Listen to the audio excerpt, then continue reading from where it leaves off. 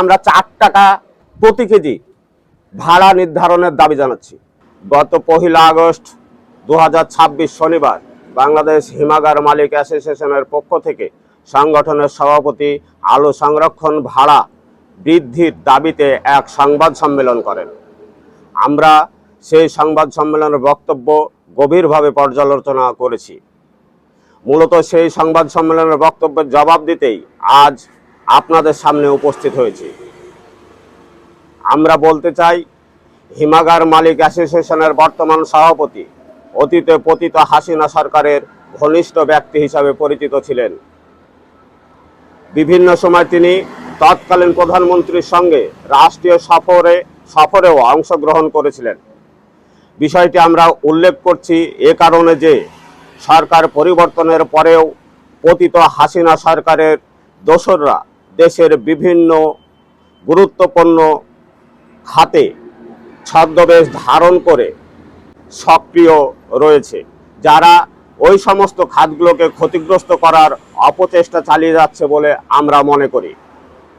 আমাদের অভিযোগ, সেই ধারাবাহিকতার অংশ হিসাবে 2025 সালের অস্বাভাবিক পরিস্থিতির সুযোগ নিয়ে আমরা এখানে বলতে চাই,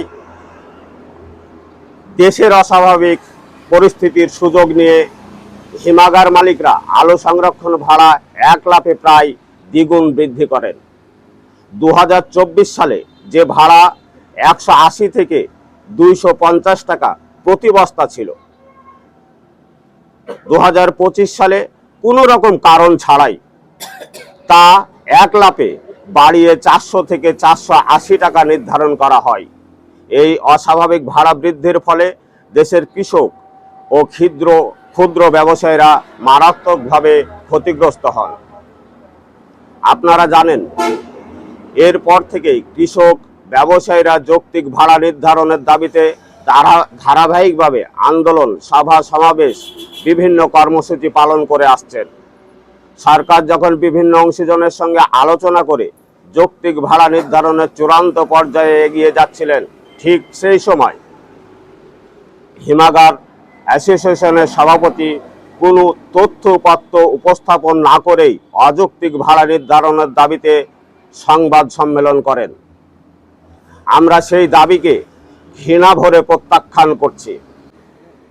আমাদের মূল দাবি হচ্ছে স্টোরে হিমাগারগুলোতে যৌক্তিক ভাড়া নির্ধারণ করা, যেটা 2024 সাল পর্যন্ত মাত্র সর্বসাকুল্যে অ্যাভারেজে 250 টাকা ছিল, কোনো রকম কারণ ছাড়াই। তা 2025 সালে দেশের অস্বাভাবিক পরিস্থিতির সুযোগ নিয়ে কিছু সুবিধাবাদীরা এই ভাড়া দ্বিগুণ করে দেয়। এইটার বিরুদ্ধেই আমাদের প্রতিবাদ। আমাদের দাবি হচ্ছে 2024 সাল থেকে আজ পর্যন্ত তেমন কিছু পরিবর্তন ঘটেনি বিদ্যুৎ বিল, অন্যান্য সরঞ্জামের, বিধায় এই ভাড়া ডাবল হওয়ার কোনো যৌক্তিকতা নেই। বিধায় আমরা 4 টাকা প্রতি কেজি ভাড়া নির্ধারণের দাবি জানাচ্ছি।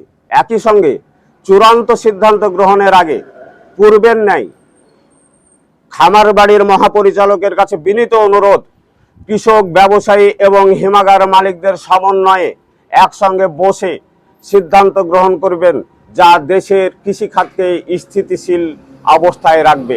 অন্যথায় দেশের কৃষিখাত অস্থিতিশীল পরিবেশ সৃষ্টি হলে দেশে খাদ্য উৎপাদন মারাত্মকভাবে ক্ষতিগ্রস্ত হবে, যা দেশ ও জাতির জন্য কোনোভাবেই মঙ্গলজনক নয়। তাই বিষয়টি বিবেচনায় নিয়ে আলু সংরক্ষণ ভাড়া সর্বোচ্চ 4 টাকা করার দাবি জানিয়ে আমরা আমাদের বক্তব্য শেষ করছি। সবাইকে ধন্যবাদ। আসসালামু আলাইকুম।